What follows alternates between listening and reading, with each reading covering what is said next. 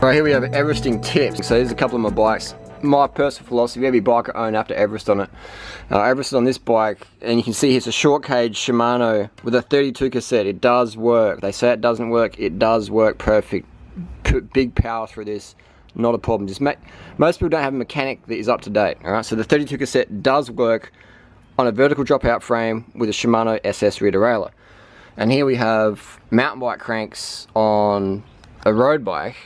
Heaven forbid, I'm not a road snob, and it does work. It works fucking perfectly. Just you got to put 2 spaces. You can't really see that. There's just 2 spaces in the back here. So you'll see. Let's give it a look inside. There you go. There's 2 spaces. They just hang there. There's no play at all. All right. Got a power meter on there as well. Power meter is good when you're doing Everesting. Pace yourself well. On the front we have a 22 tooth. That's a 9-speed chain ring on a 10-speed crank with a 10-speed big one. I pulled the front derailleur. You don't need a front derailleur for Everesting. 11-speed chain, 10-speed, 9-speed. It does work. You know, it does work. And on the back here we have a 40-tooth XTR cassette with a Linderet's road link on a short cage SS 9070 rear derailleur. It does work. Fucking look at that. It works bloody perfect. Alright, I say it can't be done, it is done. Now I'm not sponsored by Shimano. A lot of people say I am, I'm not. Garmin wise, now I'll just quickly show you, if you're going to buy a new derailleur for your bike, right? If you need a new derailleur for whatever reason, get the GS. GS means long cage, alright? If you're worried about that, get the GS if you're going to buy a new cage. You don't have to, but if you do.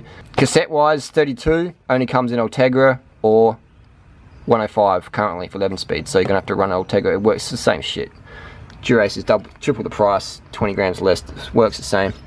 Close your eyes, you can't tell the difference, just like when I was with your mum last night. GS 10 speed, if you're running 10 speed, you can run a 34 with this. Put a big B screw in, you can run a 36.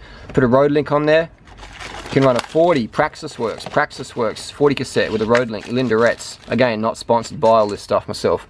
I'm a venture capitalist, I'm not sponsored by these companies, so I'll make my millions through that.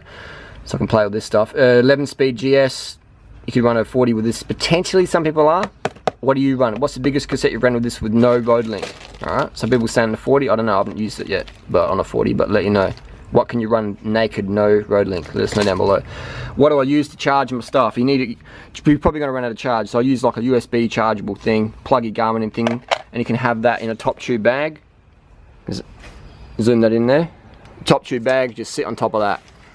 And you run a Garmin mount, no worries.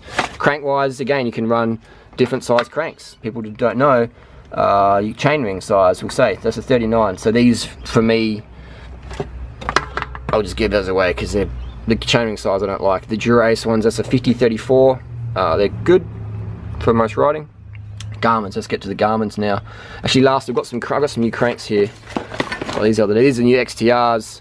I just thought they look cool, so I'll put those on a bike. They do come with a 34-24, so I'm in the big dog all day, training wise. So that's a 24. You can get a 22 on there as well. I'll probably pull that off and put a 22 on. It's a 4-bolt BCD, so it's like a 94 BCD.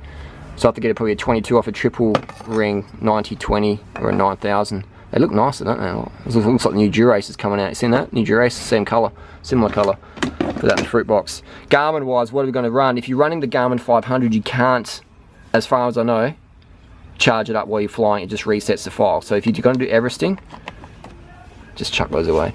Garmin 520, does that work? I've never used it yet. The Garmin 1000 does work. You can charge that up. So this is my favourite, plus the 800. You can charge these both on the fly. Let me know if you have access to other ones. The Garmin 920, they say it's got a 24-hour battery life. I say 15 hours. It's not that good. Good for running otherwise. iPod, lightweight for music. Lights, you need high-powered lights, alright? Doesn't work. Let's turn it on. But you need, if you're going to ride at night time, man, you need super bright lights, alright? Don't compromise your safety. Don't do a Casey Neistat on us. Glasses. You need some glasses for the bugs. So let me just turn this light on quickly. Alright, here we go. It's hard to tell, but this motherfucker is bright as, and it's lightweight. Whoa.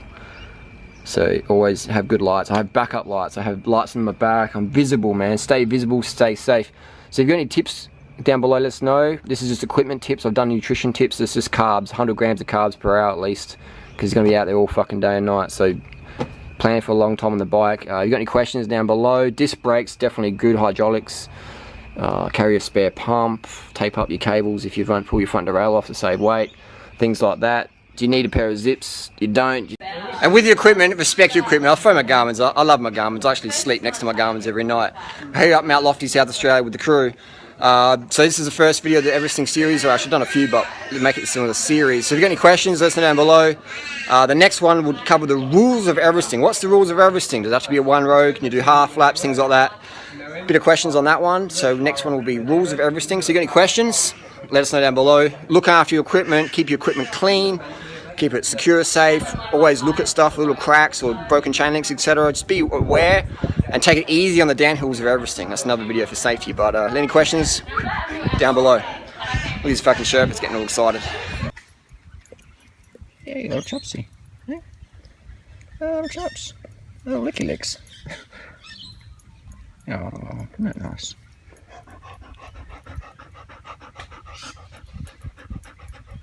No one out there to walk you today, little dog. No one out there to walk you. What's your name? Lucky. Lucky the dog.